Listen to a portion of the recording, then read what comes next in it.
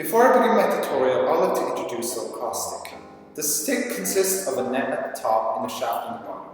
Now, two important features that you have to notice is the band on the net that prevents the ball from falling and the rubber top at the bottom of the stick that prevents injuring other people.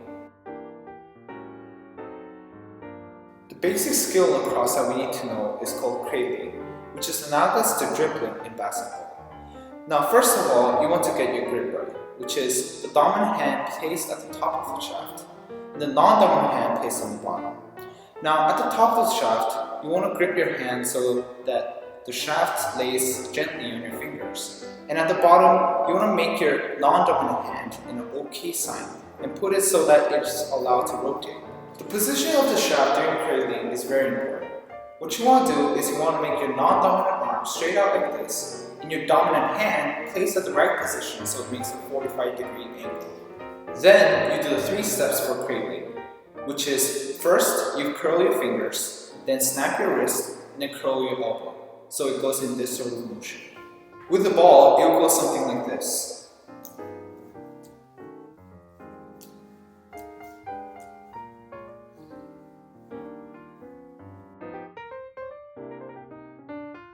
The next skill in lacrosse is scooping. Now, the grip you want to have during scooping is very similar to the one during cradling, except that your non-dominant hand will be more firmly gripped onto the shaft. For scooping, you want to first place your dominant foot right beside the ball, and then as you go down, make the shaft parallel to the floor and put it under the ball. And when you come up, you want to flick your wrist so that the ball goes inside the net. And this is how it's done with the ball.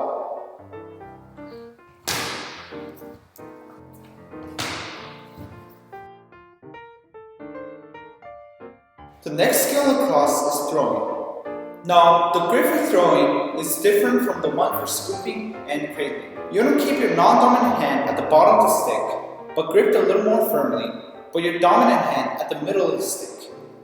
An important point to remember is that your thumb has to be pointing towards the basket when you hold it at the middle of the stick. Now, as you throw, you want to have your elbow at about shoulder height and point it towards the target you're throwing to. Now, when you're ready to throw, you want to get your non-dominant foot towards your target, and your elbow going down towards your belly, and your dominant hand coming up over the shoulder like this.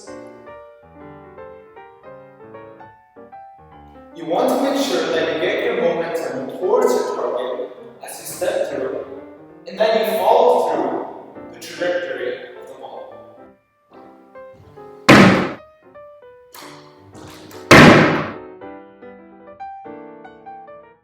The next skill in lacrosse is catching. The grip for catching is very similar to the one for scooping and cradling.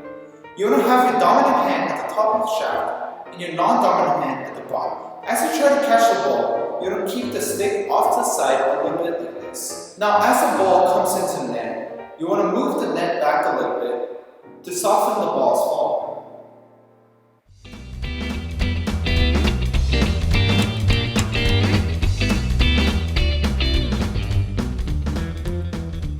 To catch the ball that goes below your waist, you want to make sure to place the shaft so that the ball goes into the net.